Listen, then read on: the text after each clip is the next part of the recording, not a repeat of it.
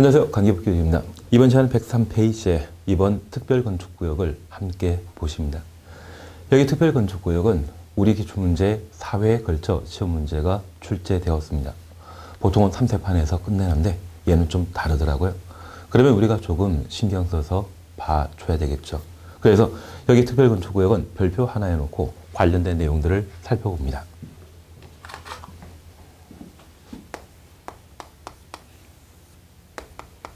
여기 특별건축구역은 최근 삼성물산이 두바이에 세계 최고 높이의 빌딩을 만든 적이 있습니다.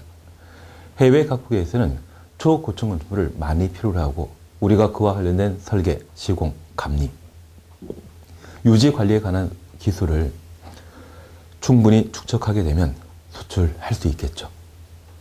그래서 국가 경제와 밀접한 관계를 맺는 것으로서 그러한 경험을 축적시켜 줄 수 있도록 개발 행위에 대한 규제를 대폭 풀어주는 제도가 특별건축구역이 되게 됩니다.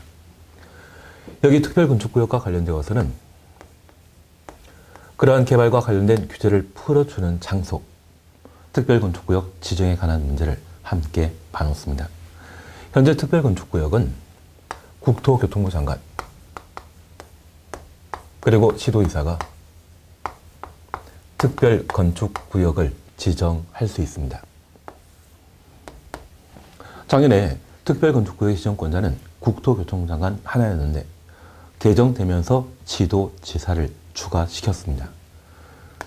그러면 이러한 특별건축구역의 지정 대상은 각종 개발 사업이 이루어지는 곳이라면 그 개발 행위와 관련된 규제를 대폭 풀어주기 위해 마련한 제도가 특별건축구역 제도가 되게 됩니다. 시도의사가 특별건축구역을 지정하는 경우는 지역 발전과 맞물려 있을 때 특별건축구역을 지정하고 어떤 특정한 경우는 국토교통부 장관과 공통된 지정권자가 되고 있습니다. 그래서 여기 특별건축구역과 관련되어서는 이번 시간에 시도지사와 달리 국토교통부 장관만 특별건축구역으로 지정하는 경우 한 3가지만 함께 봐놓습니다. 그러면 103페이지에는 이은 지정 대상과 관련되어 가번에는 국토교통부 장관이 지정할 수 있는 경우를 각각 서술하고 있습니다. 1번 국제행사, 올림픽 이런 것들을 말하겠죠. 그리고 2번입니다. 가번 보게 되면 행정중심 복합도시의 사업구역, 바로 세종시 개발이 됩니다. 그리고 나 보시게 되면 혁신도시의 사업구역, 여기 혁신도시는 공공기관을 지방에 이전시키고자 지방의 어떤 특정 지역을 새로 개발하는 사업을 말합니다. 그러면 이 혁신도시와 비교되는 것으로 기업도시 사업이 있는데 이 기업도시는 시도의사가 특별건축구역을 지정할 수 있는 사유이고 혁신도시와 관련되어서는 국토교통부 장관이 특별건축구역으로 지정할 수 있는 경우입니다. 그리고 공공주택지구. 여기 공공주택지구는 4년 전에는 보금자리 주택지구라 표현하는 것을 지금은 공공주택지구라 표현하고 있는데 개발 제한구역을 일부 해제하여 영구 임대주택 등을 건설 공급하는 사업을 공공주택사업이라 하고 그런 사업을 진행하는 공간을 공공주택지구라 표현하고 있습니다. 그래서 국토교통부 장관이 특별건축구역으로 지정할 수 있는 경우 행복도시 사업, 행정중심 복합도시입니다. 그리고 2번째 혁신도시, 그리고 개발 제한구역을 일부 해제하여 영구 임대택을 건설한 공공주택지구, 이러한 3곳에 대해서는 국토교통부 장관이 특별건축구역으로 지정할 수 있습니다. 만약 이 3가지를 시도지사가 지정할 수 있다, 그런 취지라고 하면 좀 틀린 지문이죠. 그리고 2번째입니다.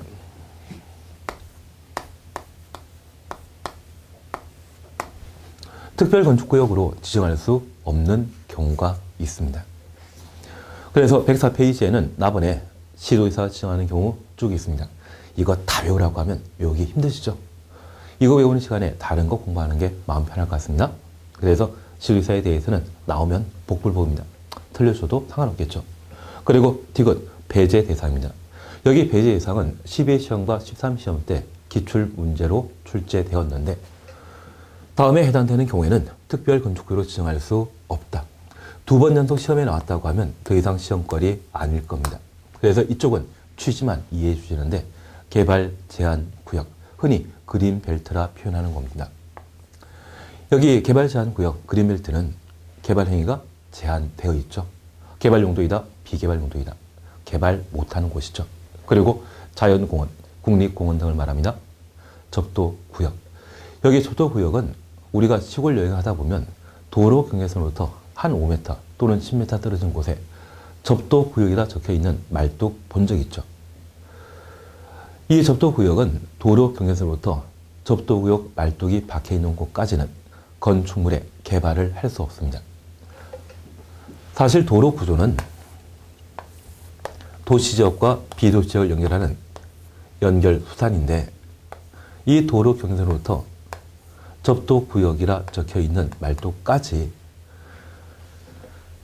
차량의 도로 이탈을 염려해서 정해놓은 제도입니다.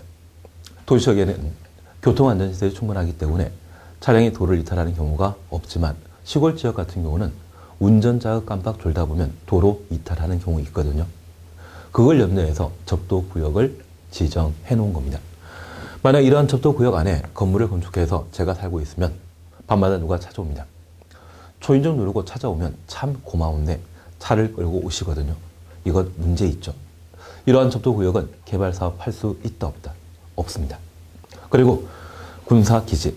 만약 군사기지 주변에 초고층 건물을 건축해 놓으면 간첩들이 참 많이 애용하겠죠.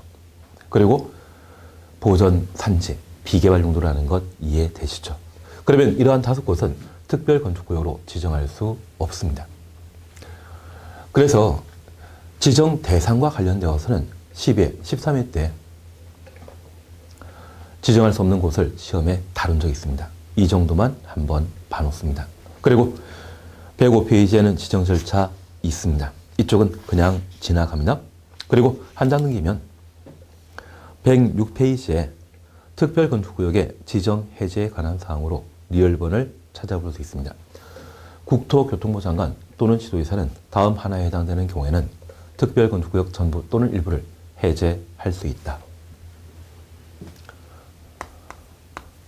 그래서 특별건축구역의 해제, 사유에 관한 내용을 함께 살펴봅니다.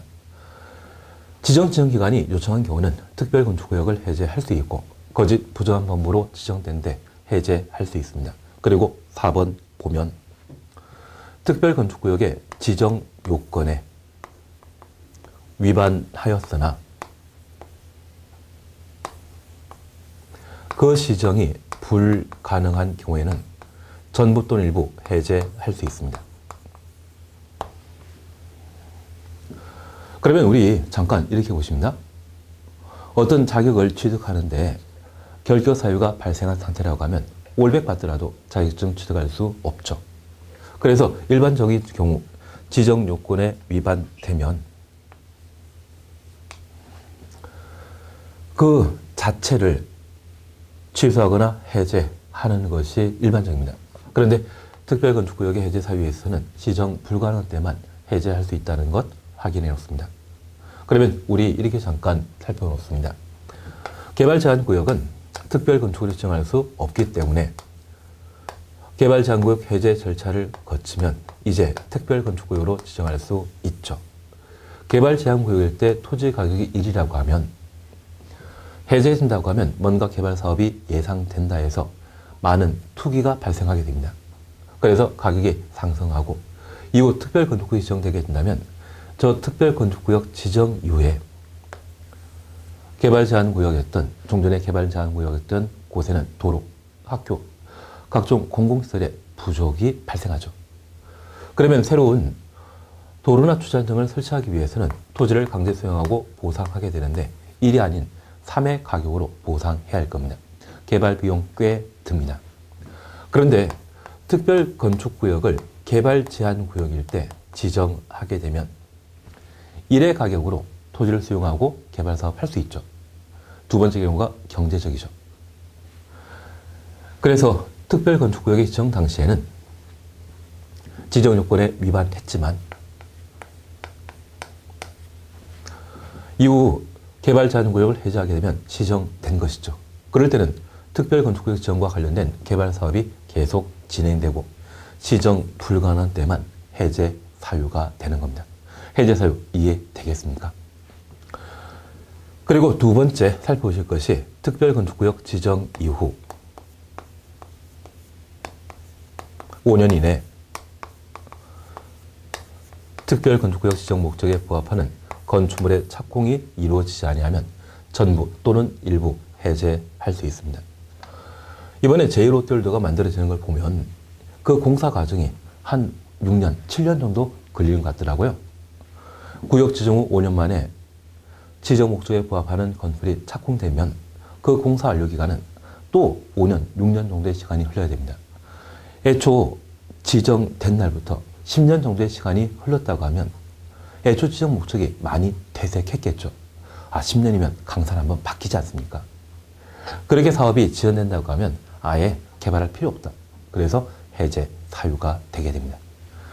그래서 구역 지정 후 5년 이내에 착공이 이루어지지 않으면 전부 또는 일부 해제할 수 있다. 네 가지 해제 사유 중에 최소한 이 두 가지에 대해서는 꼭 한번 확인해 놓습니다.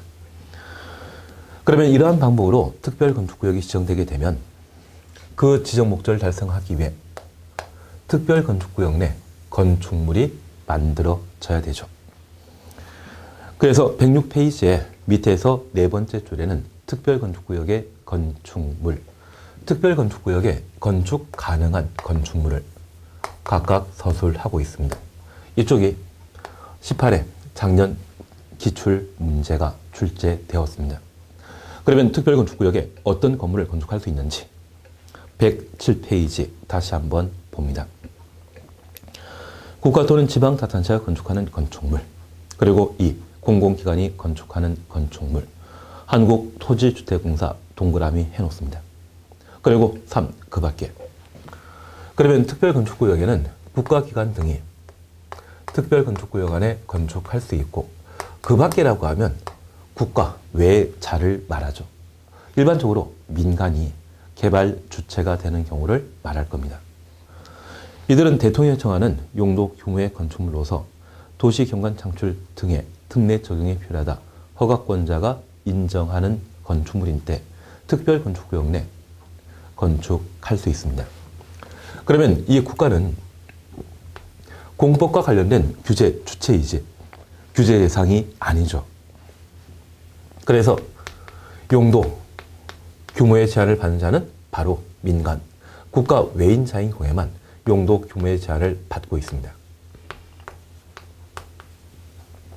그리고 특례 적용이 필요하다 허가권자가 인정한 때에는 특별건축구역 안에 건축할 수 있는데 국가는 아무런 규제 대상이 아니라는 것을 확인했습니다.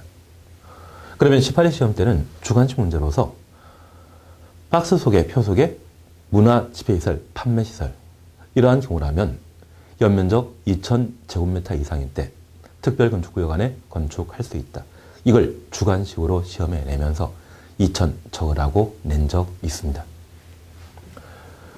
그러면 민간이 특별건축구역 내 건축물을 개발하는 때는 용도 규모의 제한을 받게 되는데 이러한 용도 규모 제한과 관련되어 공동택에 관한 사항을 함께 살펴봅니다. 여기 공동택에 있어서는 아파트와 연립주택인 경우 특별건축구역 안에 건축할 수 있고 그 세대수는 300세대 이상일 때 건축할 수 있습니다. 주상복합 형태라고 하면 200세대 이상. 그러면 여기 국가기관과 관련되어 주택공사는 특별건축구역 안에 공동택을 개발하는 때 다세입택도 건축할 수 있죠. 국가에 대해서는 아무런 제한이 없습니다. 국가기관을 제한 자만 아파트와 연립택에 한정하여 개발할 수 있고 그 세대수가 300세대 이상일 때 개발하게 됩니다. 반면 주택공사라고 하면 저런 아파트를 100세대를 할지라도 개발할 수 있다는 이야기죠.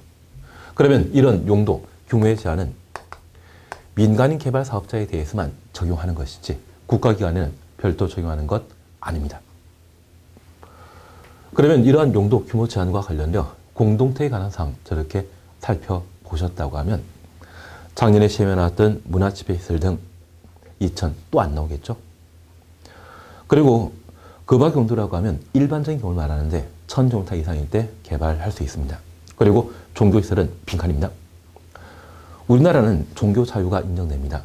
그런데 대통령이 기독교이시면 불교 신자들이 거리를 메우시면서 데모하는 것을 본 적이 있을 겁니다.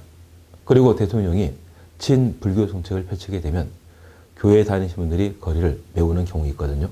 그러면 이 종교에 대해서는 규제를 강화시키게 된다면 뭔가 큰 난리가 납니다. 덕분에 종교인에 대한 과세, 세금 부과하는 것 만만치 않죠. 그래서 이 종교시설에 대해서는 규모의 제한이 있다 없다 아예 규제를 안 하는 겁니다. 그리고 노유자시설이라고 하면 어린이집, 유치원을 말하는데 이거 규모 작아 상관없죠. 아이들 얼마 안 되지 않습니까? 그래서 500 이상일 때 건축할 수 있습니다. 그래서 그냥 재미로 우리가 하나 살펴보실 것은 운동시설의 경우는 연면적 3000제곱미터 이상일 때 특별건축구역에 건축할 수 있다. 이 정도 두 가지만 살펴놓습니다. 그럼 우리가 화투를 하게 된다고 하면 그 화투 칠 때 항상 이런 이야기 하더라고요. 운칠 기삼.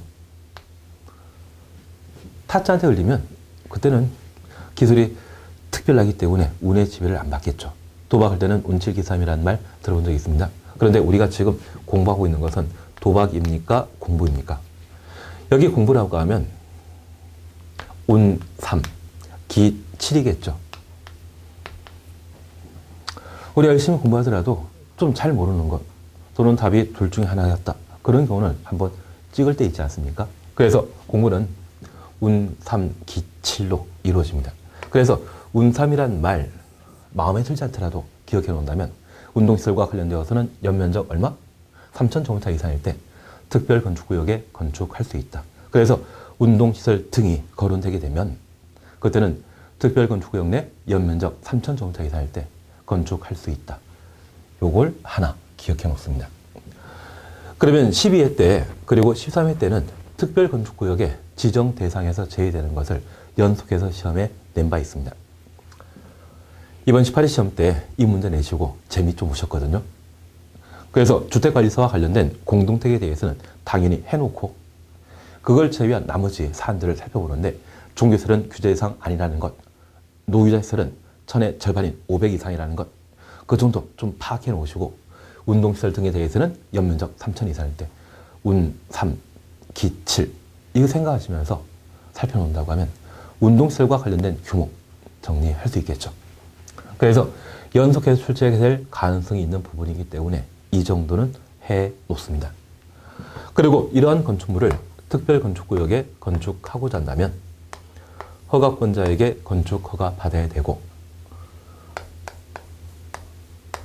허가받은 건축물에 대해서는 개발을 촉진시키기 위한 여러 가지 정책을 마련하고 있습니다. 그래서 한 장 넘기시면 건축 허가 관련된 각종 절차에 관한 사항들을 서술하고 있고요. 109페이지에 찾았습니다. 여기 109페이지에서는 동그라미 4번 관계법령의 적용 특례 기억 적용 배제에 관해 한 줄 주정했습니다. 특별건축구역의 건축물에 대해서는 각종 법령을 배제하거나 그리고 이은 완화 적용할 수 있는데 건축법과 관련된 규정으로서 대제 조경, 대전의 공지, 건폐율 동그라미 놓습니다. 건폐 높이 제한, 일조 확보에 관한 높이 제한 규정 5가지를 배제할 수 있습니다. 건폐율을 배제할 수 있다는 점 다시 한번 확인해 놓습니다. 그리고 완화 적용과 관련되어서는 워낙 다양한 사안들이 있기 때문에 이쪽은 그냥 지나갑니다. 그리고 다른 법령과의 관계도 그냥 지나갑니다. 그리고 5번 모니터링 찾으셨죠. 특별건축구역의 개발 행위는 한 번 하고 끝나는 것이 아니라 계속 반복되게 됩니다. 그러면 종전에 잘된 개발 사업에 대해서는 새로운 개발 사업에 반영할 필요 있고 잘못된 부분은 시정할 필요 있죠. 그래서 모니터링을 실시하게 됩니다. 그러면 특별건축구역 내 한 10동, 50동의 건물이 만들어지게 되면 그 일부에 대해 모니터링을 실시하는데 모니터링 대상 건축물은 특별건축구역의 지정권자였던 국토교통부 장관 또는 시도의사가 모니터링 대상을 지정하고 지정된 모니터링 대상 건축물의 소유자, 건축주는 모니터링 보고서를 작성하여 허가권자에게 제출하게 됩니다. 그런데 이 모니터링 보고서는 과정, 평가에 관한 모니터링 보고서와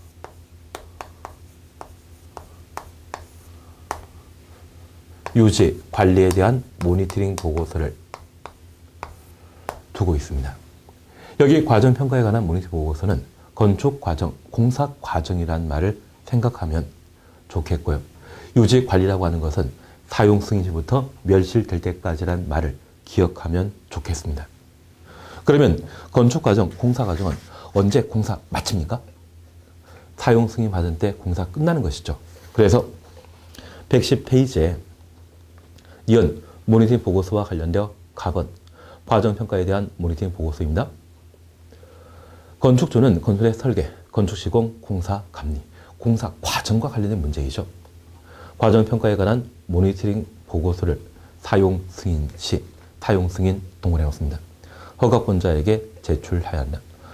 이렇게 제출받은 허가권자는 그 모니터링 보고서를 모니터링 대상 건축물의 지정권자였던 국토교통부 장관 시도의사에게 제출하게 됩니다.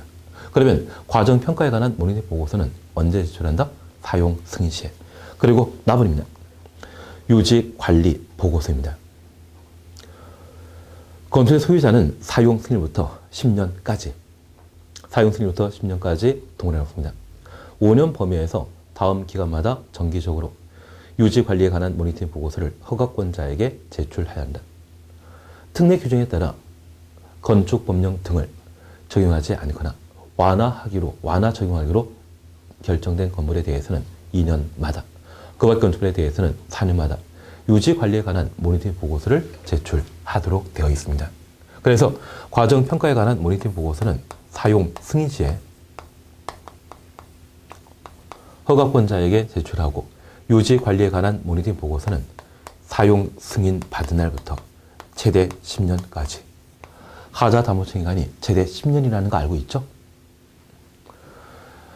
그 최대 10년 하자 담보 책임 기간까지 건축법령 등을 완화하거나 건축법령 등을 배제했던 건물이라면 2년마다 최대 5번 모니터링 보고서를 제출하게 되고, 그 밖의 건축물, 법령 완화가 없었던 건축이라면 4년마다 유지 관리에 관한 모니터링 보고서를 제출하게 됩니다. 사용 승인 후 최대 10년까지라면 2회에 걸쳐 모니터링 보고서 제출하겠죠. 그래서 우리가 기억하실 것은 과정평가란 말 보게 되면 건축 과정, 공사 과정과 맞물리는 사안으로 설계, 시공, 감리에 관한 사안들을 반영하게 됩니다. 공사 끝나는 날, 언제? 사용 승인 받는 날, 허가권자에게 모니터링 보고서를 제출하며 유지 관리에 관한 모니터링 보고서는 사용 승인 이후에 제출하는 것이죠.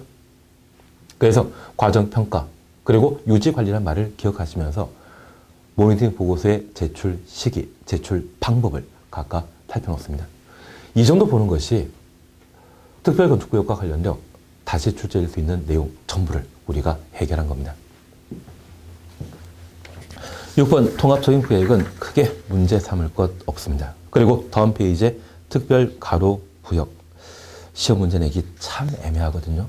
그래서 이 특별 가로 구역은 가로 구역 중에 특별히 관리할 필요가 있는 곳이 있다면 특별 가로 구역으로 국토교통부 장관 그리고 허가권자가 지정하고 관리한다. 그래서 특별 가로 구역의 지정권자가 국토교통부 장관 또는 허가권자이다. 그 정도만 살펴보습니다. 그리고 113페이지에 4. 건축협정입니다. 별표 3개 놓습니다. 여기 건축협정과 관련되어서는 작년에 관계법규 건축부에 새로 신설되었고 작년에도 새로 신설된 중요한 내용이라 해서 제가 별표 3개 한 적이 있습니다. 얘는 시험 나올 때까지 계속 별표 3개입니다. 그리고 그 시험도 한 3번은 나야 될 것 같죠? 그래서 건축협정 함께 살펴봅니다. 여기 건축협정은 이렇게 잠깐 살펴놓습니다. 건축법령상 건축물에 대한 개발 행위는 건축물에 대한 건축, 대선, 리모델링을 개발 행위라 볼 수 있습니다. 그런 건축물에 대한 건축 등을 둘 이상의 토지 소유자가 함께 개발하는 것을 협정이라 표현합니다. 그러면 우리 계약이란 말 들어본 적 있죠? 그 계약은 협약이란 말과 같은 말이고요. 그 협약은 협정과 같은 말입니다. 그래서 건축물 건축과 관련된 둘 이상의 토지 소유자의 계약, 그것을 협정이라 멋있게 만들어 놨습니다. 그러면 이걸 잠깐 이해해 놓았는데요. 이러한 건축협정과 관련되어 도로에 둘러싸인 가로구역에 여러 필지의 대지 소유자가 있습니다. 그리고 한 분이 바로 이웃 건물이 10층인데 자기 건물이 한 5층밖에 안 되거든요. 건물이 작다는 것을 몇 년 동안 느끼면서 이 사람부터 피해의식을 가지게 된다고 하면 어느 날 이 5층 건물을 철거하고 11층짜리 건물 건축하는 경우 있죠. 보통 빌라 같은 경우는 공사기간이 3개월에서 좀 길면 6개월이고 한 15층짜리 아파트라고 하면 공사기간이 1년 6개월에서 2년 정도가 걸린다고 합니다. 그냥 우리 2년 동안 공사했다고 생각해 주십시오. 그러면 저 2년 동안 공사가 이루어지게 되면 공사 도중에 먼지, 소음 많이 발생하죠. 주변 사람들 많이 피해보고 단골 많이 놓쳤을 겁니다. 이러한 건축공사가 다 끝나고 이 옆에 분도 그동안 당한 게 있어서 복수하는 마음으로 이 건물 철거하고 12층짜리 건물 건축할 수 있죠. 그리고 2년 동안 먼지, 소음 발생시키면서 공사를 했습니다. 아마 이쪽도 단골 많이 없어졌을걸요? 그리고 세 번째 사람이, 네 번째 사람이 이렇게 돌아가며 공사하게 된다면 그 지역 상권은 완전히 상실하게 될 겁니다. 이러한 개발 사업이 예정되었다고 하면 저 개발 사업을 동시에 착수하고 동시에 공사 완료하게 되면 저 공사 기간을 2년 이내로 단축시키고 어느 정도 상권을 쉽게 유지할 수 있지 않겠습니까? 이러한 목적으로 둘 이상의 토지 소유자가 함께 공사하자, 그런 차원에서 적용하는 제도를 건축협정이라 표현합니다. 여기 건축협정은 아무 데서나 이루어지는 것이 아니고요. 건축법령이 정하고 있는 특정한 장소에서만 건축법에 따라 건축협정을 할 수 있는데 그러한 장소를 건축협정구역이라 표현하게 됩니다. 그러면 우리 교재 113페이지 보시니 동그라미 1번 건축협정의 체결입니다. 토지 등의 소유자 등은 다음 페이지입니다. 전원 합의로, 전원 합의 동그라미. 다음 하나의 단대는 지역 등에서 건축에 대한 건축 대선 리모델링에 관한 협정을 체결할 수 있다. 그리고 박스를 보게 되면 그 박스 속에는 지구 단위 계획구역, 얘는 꼭 기억해 주십니다. 그리고 우리 한 번 듣고 말 거 아니죠. 지금 이 동영상이 처음 들을 때와 두 번 들을 때 느낌이 다르실 겁니다. 그래서 한 두 번, 세 번 정도는 듣고 내용을 정리하시게 된다면 좀 수월해질 건데 한번 쭉 하고 다시 돌아와야 됩니다. 나중에 우리 관계법규에 나오는 내용으로 도정법에서는 정비 사업에 관한 이야기를 다루게 됩니다. 우리 재개발, 재건축 사업이라는 말 들어본 적 있죠? 그런 재개발 사업을 시행할 수 있는 공간을 정비구역이라 하는데 특별히 주거환경 사업, 주거환경 정비 사업과 관련된 주거환경 관리 사업과 관련된 정비구역 안에 여러 토지 소유 등의 소유자는 건축협정을 체결할 수 있습니다.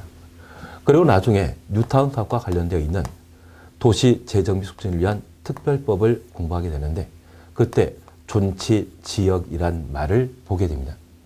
존치지역 내 여러 토지 소유자는 함께 건축물을 건축하기 위한 건축협정을 체결할 수 있습니다. 그래서 건축협정 체결할 수 있는 장소는 지구단위 계획구역, 주거환경 개선 사업을 위한 정비구역, 달동네 개발 사업과 맞물려 있습니다. 주거환경관리 사업을 위한 정비구역, 존치지역의 토지 소유자가 건축협정을 체결할 수 있습니다. 그리고 4번 보게 되면 우리 114페이지에 4번 보게 되면 시군 구청장 가로속에 건축협정 인가권자이죠. 시군 구청장이 누구다? 건축협정 인가권자입니다. 이들이 도시 및 주거환경 개선 사업이 필요하다 인정한 곳 어딘지 안 보입니다. 우리가 기억할 것은 시군 구청장은 누구이다? 건축협정 인가권자이다. 그러면 이러한 장소의 토지 소유자가 건축협정을 체결할 수 있고 그 체결 절차와 관련되어 시군 구청장인 건축협정 인가권자에게 인가받도록 되어 있습니다. 아직 우리가 시도지사와 시군 구청장을 구분하기 힘들다고 하면 그때 도지사로 끝나면 그 앞에 시장은 경기도에 있는 광명시장, 구리시장 아니고요. 서울특별시장과 인천광역시장을 말합니다. 시도지사, 도지사로 끝나면 앞에 시장은 특별시장, 광역시장 말하는 겁니다. 그리고 시군 구청장으로 끝난다면 구청장으로 끝난다고 하면 그때 시장은 서울시장이 아닌 경기도의 구리시장, 광명시장을 말하는 겁니다. 그러면 지금 시군 구청장이라고 하면 이제 누군지 이해되시죠? 그 시군 구청장에게 인가받도록 되어 있는데 저런 인가 형태에 있어서는 건축협정을 체결하는 것과 건축협정을 폐지하는 것으로 각각 구분해서 절차 방법을 구분할 수 있을 겁니다. 그러면 건축협정을 최초 체결하게 된다면 지구단위계획구역 등의 건축협정구역 안에 모든 토지 소유자가 동의하면 건축협정 체결할 수 있고 그리고 건축협정의 폐지에 관한 사항을 함께 살펴봅니다. 바로 115페이지에 3 건축협정 인가 찾았습니다. 기억 다시 봅니다. 협정 체결자 등은 협정서를 작성하여 건축협정 인가권자의 인가받아야 한다. 그래서 건축협정 인가권자의 인가 필요하다는 것 다시 한번 살펴놓습니다. 그리고 동그라미 4번 봐놓습니다. 4번 보게 되면 기억입니다. 협정 체결자 등은 건축협정을 폐지하려는 경우 협정 체결자 과반수 동의받아 과반수 동의 동그라미 놓습니다. 건축협정 인가권자의 인가받아야 한다. 그러면 건축협정의 폐지 시에는 협정 체결자 과반수 동의 받도록 되어 있죠. 그래서 협정 체결 시에는 건축협정구역 안에 모든 토지 소유자의 합의, 전원 합의 있는 때만, 전원 동의 있는 때만 협정 체결할 수 있고 폐지 시에는 과반 동의받아 폐지할 수 있습니다. 절차상의 차이점 눈에 보입니다. 그러면 최근 용산 국제업무지구의 개발 사업이 무산되었다는 이야기 들어본 적 있습니까? 2007년도에 그 사업을 시작했었는데 여러 회사가 컨소시엄을 형성하고 개발 사업 했다더라고요. 그런데 삼성 측에서 부동산 가격이 좀 하락할 것이라 전망을 내놓으면서 발을 빼게 되었는데 그를 대신한 사업자를 구하지 못해 그 사업이 무산되었습니다. 그렇게 무산될 거라고 하면 그 이촌동에 한 10년 가까이 각종 개발 사업을 규제했거든요.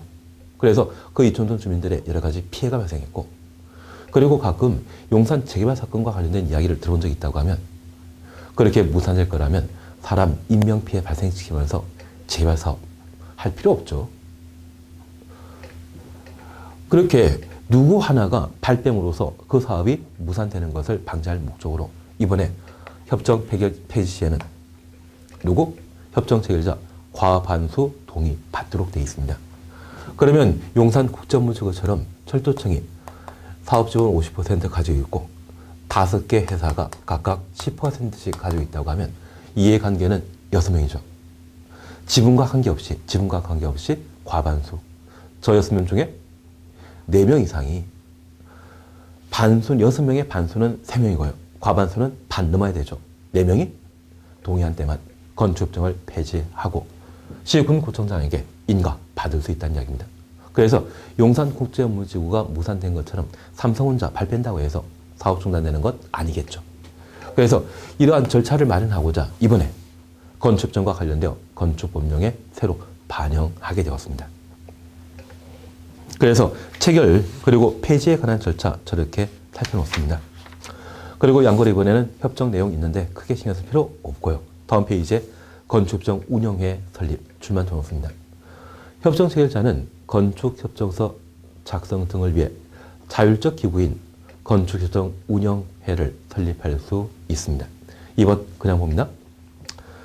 운영회 설립하려면 협정 체결자 과반 동의 받아 과반 동의 동원해 놓습니다. 대표자 선임하고 대표자는 운영회 설립한 날부터 15일 이내 운영회 설립한 날 15일 이내 인가권자에게 신고하여야 한다. 신고 동원해 놓습니다. 그래서 건축협정 운영회 한번 보셨는데 과반 동의 필요하다는 것 기억하시고 그리고 설립한 날부터 15일 이내 시군구청장에게 신고한다. 신고 절차 확인해 놓습니다. 그리고 양거래 5번에는 건축협정과 관련된 특례사항을 각각 다루게 됩니다. 그 중에 117페이지에 3번 보게 되면 건축협정에 대한 특례와 관련되어 니은 줄만 쳐놓습니다. 허가 등의 수수료, 착공신고 동그라미, 건투의 사용승인 동그라미, 공사 감리 이러한 4가지 사항에 대해서는 개별 건축물마다 적용하지 않고 허가 신청한 건축물 전부 또는 일부를 대상으로 통합 적용할 수 있다. 그러면 이 건축협정은 함께 공사 시작하고 함께 공사 끝내자는 게 목적이죠. 그래서 건축 허가 받고 착공 신고하고 그 공사가 완료되게 되면 사용 승인 받게 되는데 저 착공 신고한 때부터 사용 승인 받는 때까지 개별 건축마다 적용하지 않고 통합 적용할 수 있다. 함께 시작하고 함께 끝나자. 그러면 이 착공 신고 이후 사용 승인까지 감리에 관한 문제 함께 처리하는 것이고요. 그리고 이러한 절차를 진행하고자 한다면 각종 수수료 부담 문제가 발생하게 됩니다. 이러한 4가지 사안에 대해서는 통합 적용하게 되는데 건축 허가, 설계, 개별 건축마다 따지는 거죠. 개별 건축마다 대지 면적 서로 다르고 건폐율 용적률 서로 다르다고 설계나 또는 허가 사항에 대해서는 각각 따로 처리할 필요가 있을 겁니다. 그래서 건축협정과 관련되어서는 함께 시작하고 함께 공사 끝내자 그 정도 살펴놓습니다. 그리고 디귿 통합 적용 가능한 법령 1번부터 8번까지 이야기 나옵니다. 이쪽은 나중에 문제 풀 때 다시 한번 살펴보도록 하겠습니다.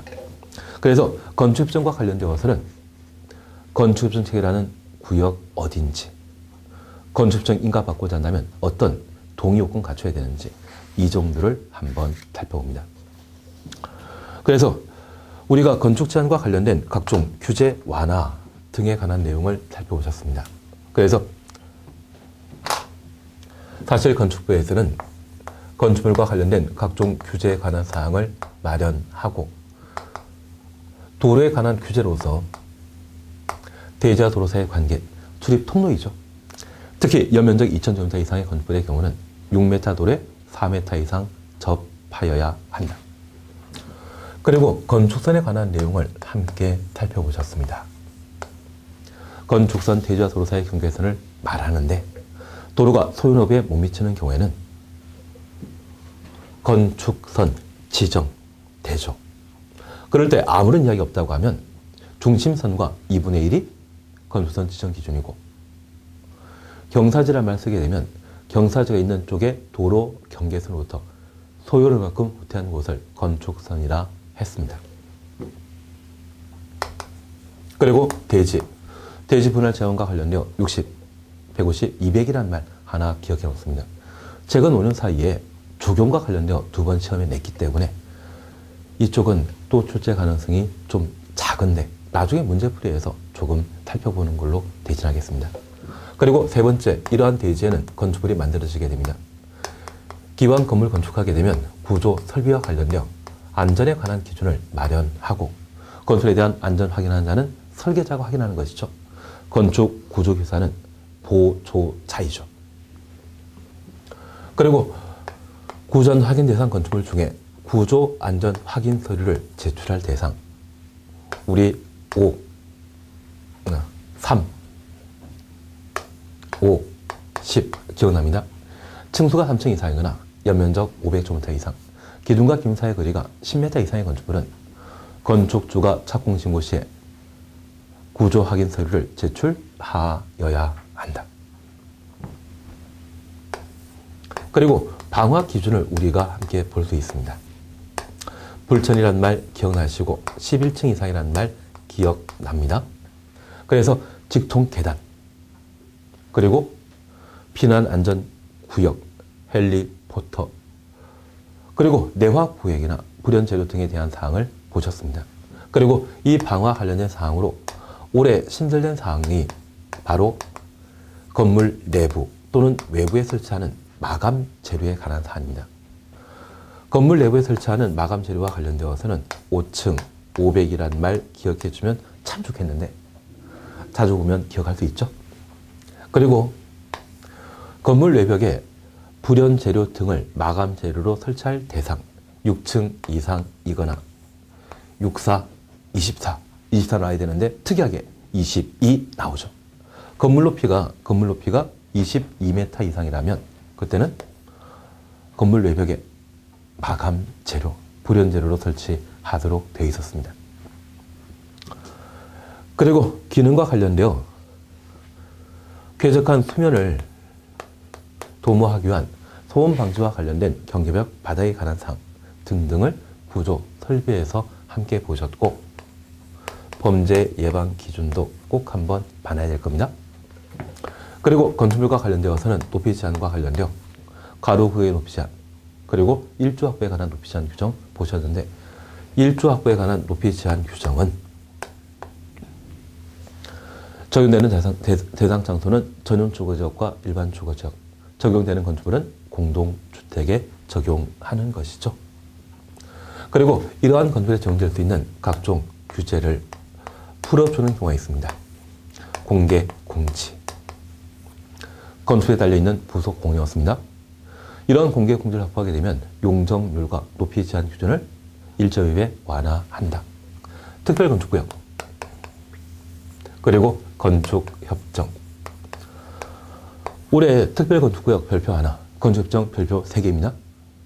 건축협정과 관련되어서는 건축협정서를 시군구청장에게 인가받고자 한다면 제초 체계 시에는 전원 동의, 폐시에는 과반 동의 필요하다는 거 기억하고 함께 공사 시작하고 함께 공사 끝낸다.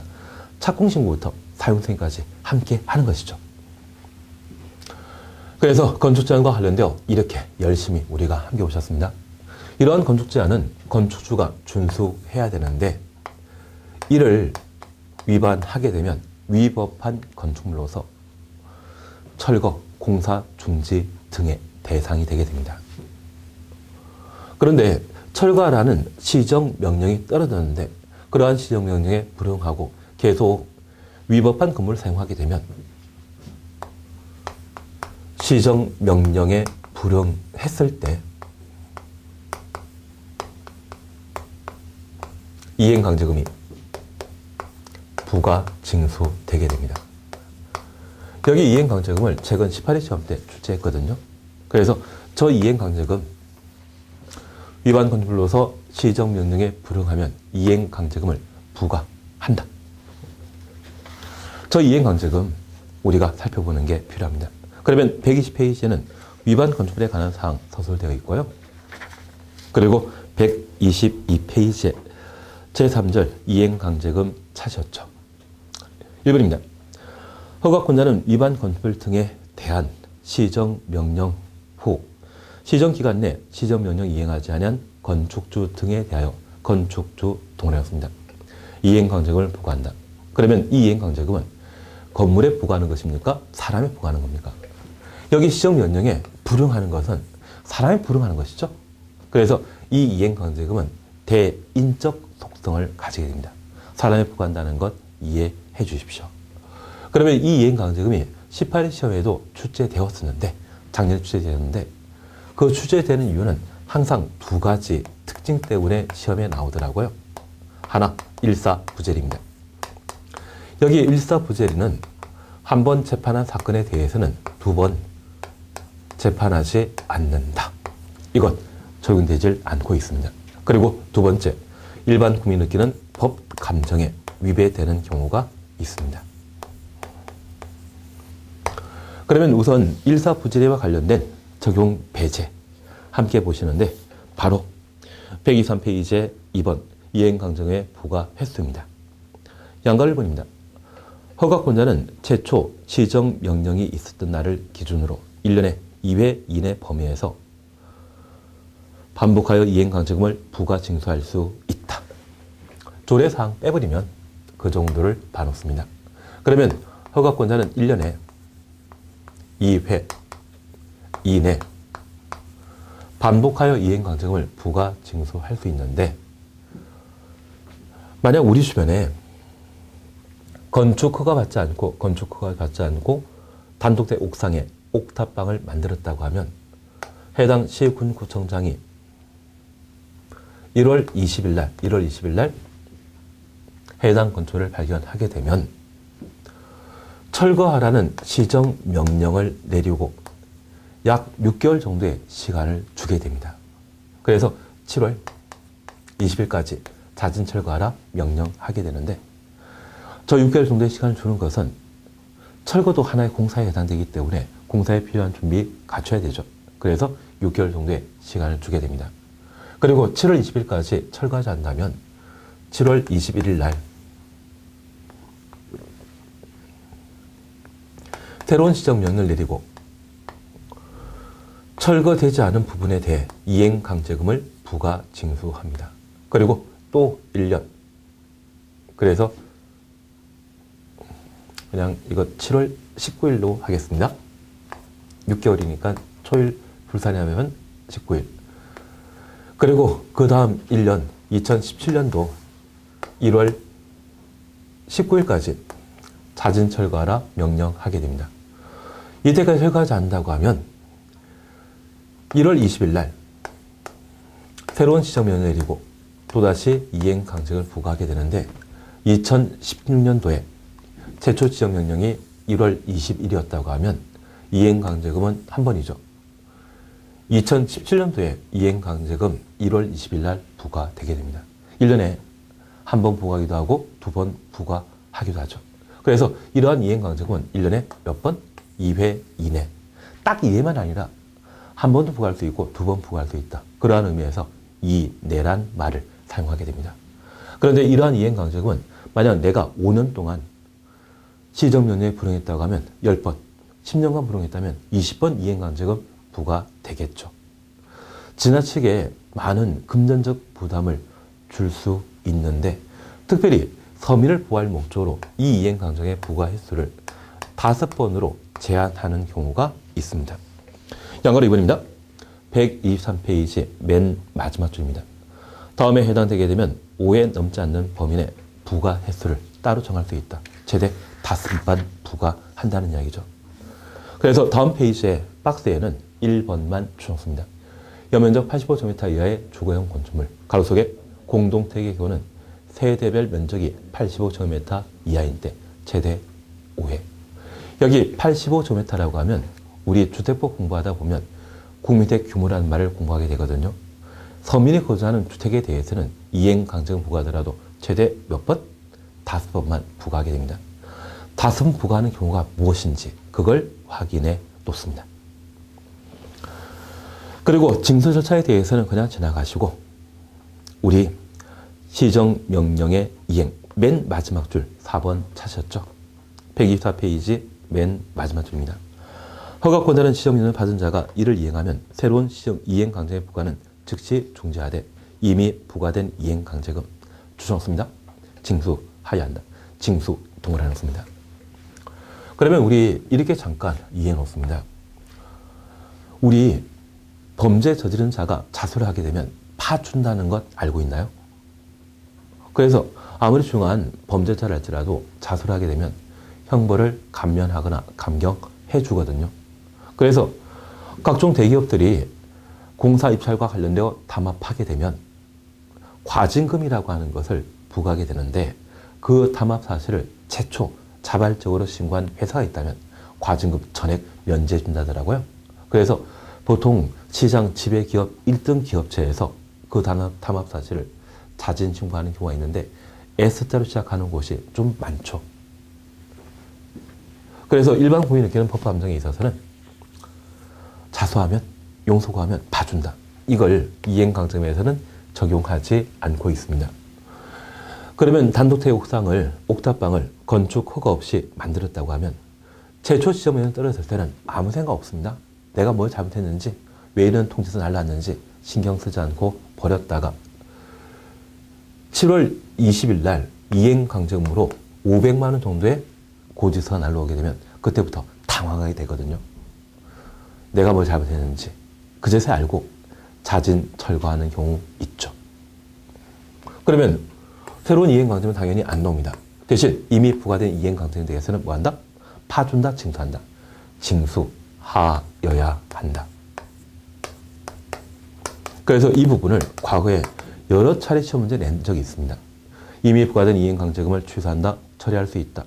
아직 나오지 않은 지문으로 감면할 수 있다. 이런 이야기 나오면 틀리죠. 이미 부과된 이행강제에 대해서는 뭐한다? 징수한다. 그래서 이행강제금과 관련되어서는 이러한 두 가지 문제 때문에 계속 시험 문제가 나오고 있습니다. 기본, 골격 이렇게 잡아놓으시고 추가적인 사항들을 우리가 정리하면 이행강제금이 18에 이어서 다시 나오더라도 충분히 해결할 수 있을 겁니다. 기존 건축물과 관련되어서는 필요한 사항 문제풀이에서 잠깐 보시고요. 평상시에 보는 것 아닙니다.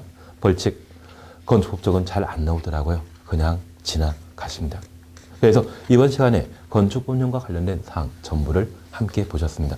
다음 시간에는 주택법령에 관한 문제를 함께 살펴나가도록 하겠습니다. 수고하셨습니다.